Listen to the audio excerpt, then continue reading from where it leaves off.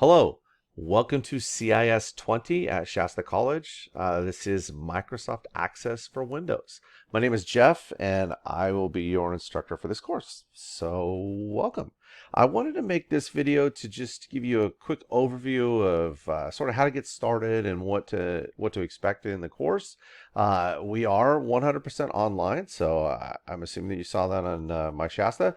But I wanted to show you how to get a hold of me. So you can see on these links, I'm just going to skip to this one right here at syllabus. So if you click on syllabus, you'll see this pop up. Really, the only thing that I want to show you is my email address on here. So this is my email address, jhendrickson@shastacollege.edu. That is one way to get a hold of me. But as I'm finding out, especially this semester, leading up to this semester, I've had a lot of messages blocked from student accounts. It's kind of interesting from student like Gmail accounts and other things, and our mail marshal filter is really strict apparently. So that's one way, but I'm really good about getting back to you. Now, if it's Saturday night at midnight, I'm in bed. I'm probably not gonna get back to you right away. But if you send me a message during the week, I'll try and get back to you within 24 hours. So if I haven't gotten back to you within 24 hours, that means your message got blocked, and I'll show you a better way to get a hold of me. And that is over here in this little green section of Canvas. If you're not familiar with it, inbox. Okay, so you can use the inbox to send me a message. This is our internal messaging system in Canvas, and theoretically, no message should get blocked if you use inbox. By the way, this is an access class, and any email that you send with an access attachment will absolutely get blocked because of the macros that are in there. So those messages will not get through at all, and I don't know that it matters which email service you use. I know ours blocks all, and from what I understand, most, if not all, email providers block access attachments. So we will use inbox to send messages. And if I need you to send something through, I can actually have you send an access attachment through here using the inbox, but we'll figure something out. So if you have questions or whatever. All right, so that's the basic part of this. The other thing that I wanted to address is this rather obnoxious message right here, and you probably saw it back over here on this first page right here. So Microsoft Access will not work on a Mac. That's nothing to do with your computer or my computer. Microsoft doesn't allow it, or Apple doesn't allow it. I'm honestly not sure which is which. I mean, they don't probably like each other, but for sure those won't work. Now, if you have a Mac and I have a MacBook Pro, and I have Microsoft Office installed on it. So Word, Excel, PowerPoint, they work just fine on there. But you cannot use Access on that. And that's because it's a database and it's not allowed. So it also won't work on a Chromebook. It's not going to work on a tablet. So you have to have a Windows-based computer, a laptop or a desktop that you can install on in order to put Microsoft Access on that computer and complete the assignments. Okay, so if you have a Mac and you're like, oh no, what am I going to do? The easiest solution and what most people end up doing is during the week, Monday through Friday, I believe they close at 5, so that's an issue if you have something else going on during the day with work or whatever. But you can go to on the main campus, and the other campuses have computer labs as well.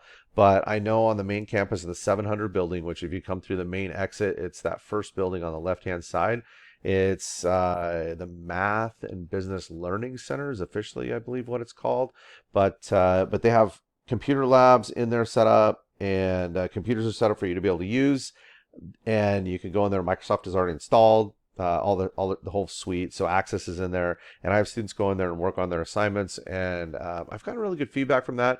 The other bonus to that is not only sometimes there are other students in there working, and you can ask each other questions if you get stuck, but there are peer tutors in there as well, on and off throughout the entire day. So I know that there are tutors that know how to use Access and can help you. So that's a bonus. That's the 700 building on the main campus. On the other campuses, I don't know, you'd have to check with them, but I know they do have Access available in their computer labs. Okay, so the other option, I guess, borrow a friend's laptop, go to somebody's house and say, hey, I want to install Microsoft Office on this. Are you cool with it? So those those options are there. If you only have a tablet or you only have a Chromebook, I am sorry. That's a Microsoft limitation. There's nothing I can do about that. Okay, so just wanted to mention that. So uh, I will also mention that the first week of class, you'll see on here week one. I think in terms of this first week of school, it's kind of like a 0 week to me. So week one technically is next week for me. So the second week of school, that's the way I think about it. So this first week, your entire job is to just find a way to use Microsoft Access, get it installed on your own computer if you have it, or a friend's computer, or figure out how you're going to use it, and make sure you can use the software. Okay, so that's the biggest thing. So get all of those bugs out of the way this week. You have no homework assignments other than that. Okay, so just make sure you get it to work. I'll show you how you can test it in a second to see if you can get those working. All right, so a few other things you'll see in here. The syllabus has all sorts of stuff to put you to sleep. So when you're going through it, the only other thing I'll mention is that right now we are using this is new this semester, which is really pretty cool. You are able to install Microsoft Access for free. That's been around for a long time. So this from Shasta College portal, and there is a video that I have in there to show you how to do that in Canvas. And then this is the best part: free tutorials. So you don't have to buy a book for this class. So we are using some materials from a foundation that received grant money to write tutorials for Microsoft products so that it saves students money, which is awesome. And I'm really happy with these tutorials. I think they're really good. I tested the Word, Excel, PowerPoint in a class last semester, and the assignments were great, and I had really good feedback from students. And it's free. So that's a really good thing. So I'll show you how that works in just a second too. But anyway, so you don't have to buy anything. You just have to make sure you get this installed on one of your computers or figure out how you're going to use Access. Okay. So as we jump back in here, we have, let's see, adjusting video quality on YouTube. So if you've never done that before, watch this quick video. It shows you how to use the gear icon to change it to a higher setting, because otherwise the images or the videos might be blurry and hard to read. When you have database files, when we're using Microsoft Access, that the print can be really small, so you want to have the highest quality you can as you're watching it. So all these videos are at least 1080p, so you'll be able to the ones that I filmed, and at least 720p from the tutorials. I think most of them even go up to 1440, so you'll be able to it'll be nice and clear on the screen once you know how to adjust that. Okay, this video I made just to show you how to install Microsoft Office for free from the portal, so check that out. That's an easy one. This video, I won't go into this too much right now, but help with a message about content being blocked. And then this is the actual Microsoft page that shows you. So what I want to show you with this, and it's in the video, so I won't talk about it much, but just if you open a database file and you get this message, so the active content in this file is blocked, review your Trust Center settings or contact your IT administrator. I'm going to click OK. And here is the file.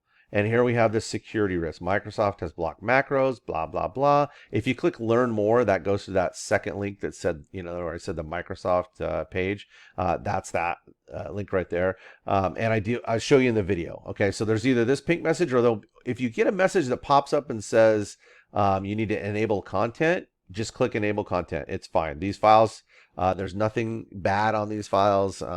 It's just this is an access thing, and over the last several years, I've seen the security step up a lot from websites and from computers trying to say, hey, be careful with this file. Okay, so that's really what this is. But you really can't do much with this file. You can play around in it, but as far as making changes to do all that kind of stuff, this screws you up. Okay, so you gotta handle that. So that if you get this message pop up when you open this first file, and I show you in a minute, then definitely watch that other video for how to fix that problem. Okay, it's kind of a pain. I'm not gonna lie, but once you get it going, then you'll figure it out. So it's not that big a deal. Okay, so those are the messages there. The only thing you'll see right here is under the peer help forum. That's just for you to go if you have something to you have a question that you want to ask other students. A lot of times I've found that students really like using these kind of help forums. It's just a little impromptu discussion. Maybe you have a question and it's the middle of the night and you're like, man, if I really want to keep working on this, I wonder if anybody else is up. post a message to this and see if anybody gets back to you. Okay. If you're having problems, obviously, send me a message, obviously through inbox. You can do that. But this is a quick way. Maybe you find some other students that have the same issue, and real quick, someone can get back to you and be like, hey, this is what I did and it worked.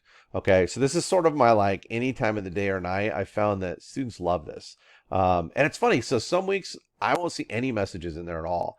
And then other weeks I'll see where, students have posted 3 or 4 different messages back and forth and helping each other out. So I just kind of put that in each week, and you'll see those in each module. Okay. So I just kind of like that. So anyway, there's that. So what will a normal week look like? So this is it. And I want to show you one little feature in Canvas if you're not familiar with it. This little ticker right here, this little triangle, if you click that, notice how it collapsed it down. As you finish things and you finish a unit, collapse that down, and it saves you some scrolling. So you don't have to, scroll forever as we go through, the next several weeks of the course. So there's that. Now, each one of these files that you see here, this week is just practice. Okay, so we have a few pages here. You don't have anything to actually turn in, but I want to show you this one, Getting Started in Access, because this is what you will see typically for each one of your weeks. Okay, so this week, as you're doing it, like I said, it's practice. I want you to be able to play with these, mess around, follow along with the assignments, but I'm not making you turn anything in that week. It's sort of a kind of get to know Access week. All right, so there's that. So what does that activity look like? Well, when you click on it, it looks like this. Okay, so you come in, there'll be a little introduction. There's typically 1 video, sometimes 2, as it's spread through there. You'll see the files to download, so you can just download from here, or I put them in both locations, either here, and then also you can get the files from right under it. So there's this one, and then there's this one.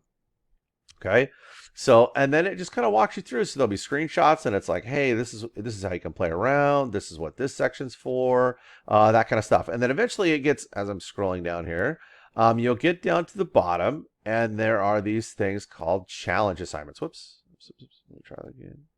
Going back down again. Here we go. Okay, challenge assignments. Now, for this one, like I said, you're not turning it in. Okay, so it's just for you to play with for this particular week. But then after this week, you'll be turning in each one of these. You'll have a challenge assignment. Now, you may have noticed as you looked at this in Canvas, you have Access Getting Started Database, then we have Access Getting Started Challenge Database. Most of the time, these are the same files, but I put both of them in there because as you're downloading these files, it's Getting Started to match up with the Getting Started activity here.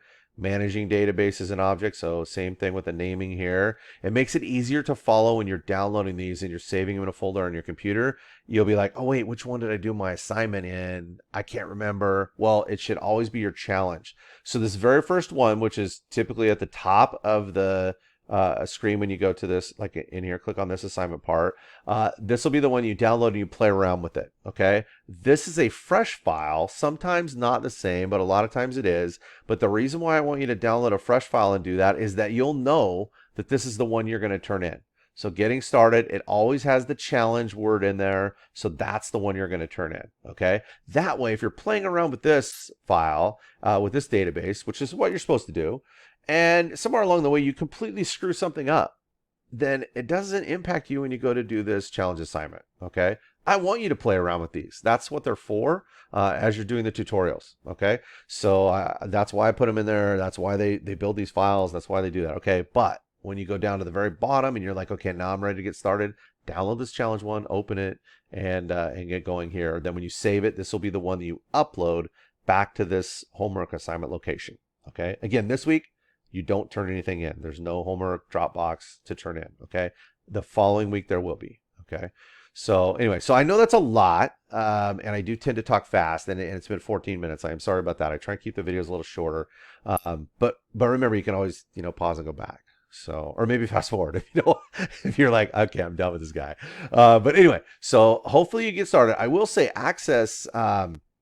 Everybody's played around with a Microsoft product. You've used Word, maybe you've built a PowerPoint in a class before. Nobody's ever used Access. Sometimes they get people that will take this class that work at the city or the county, and they use it on a daily basis, and that's why they're taking this class. But for the most part, nobody's ever used Access. In fact, I'm in computer science. I'm in the CIS department. I've been a nerd my whole life. The only person that I know that has ever used Access in the private sector is my wife. And she just learned to use it on her own. And she's like, I really like this program. But that's not typical, or is not a typical thing at all. So as you're learning this stuff, be patient with it. If you're familiar with the way Microsoft works, and you can see like from the menu, I mean, this kind of a menu system is very similar, okay? But all of the Access stuff that you're going to see, all this table stuff, queries, forms, reports, those 4 things, they all work very differently than anything that you've ever seen before. You'll be changing views and going to the design view and setting stuff up and playing around. You'll learn what a primary key is and your relationships and all that kind of stuff. But it's a little complicated. So don't wait till the last minute to start these. Allow yourself enough time to play around and get the hang of it. Typically, I find that people like Access once they have gotten familiar with it. But there is a little bit of a learning curve. So just allow yourself a little grace as you're going through these things. Okay. That's one of the reasons why I don't assign anything the first week, this little introductory week. And that's one of the reasons why there's no assignments due next week. Okay. So I just want you this week and next week to get this figured out, how you're going to use Access and work on these. And then once you're able to open these, play around and all that kind of stuff, you'll be much more comfortable going into the following week when you have homework assignments to turn in. Okay.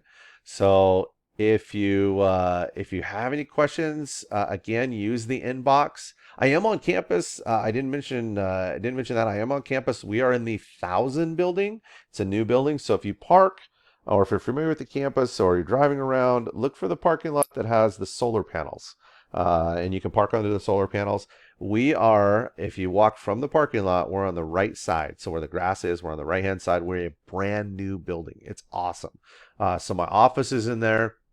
I have a lot of my courses are assigned for online, but I do have the ability to be on campus and meet you and that kind of stuff. So don't forget about that. But if you have any issues, send me a message in the inbox and we'll kind of go from there, depending on your schedule and all that kind of stuff. Okay. So anyway, I'm going to stop talking. Now it's been 17 minutes. Sorry. I tend to talk a lot. It's just me. So I will apologize for that right now. But anyway, so I hope you enjoy Microsoft Access. Get started on this. Check this stuff right away to make sure you can access these follows or install Access and access these files.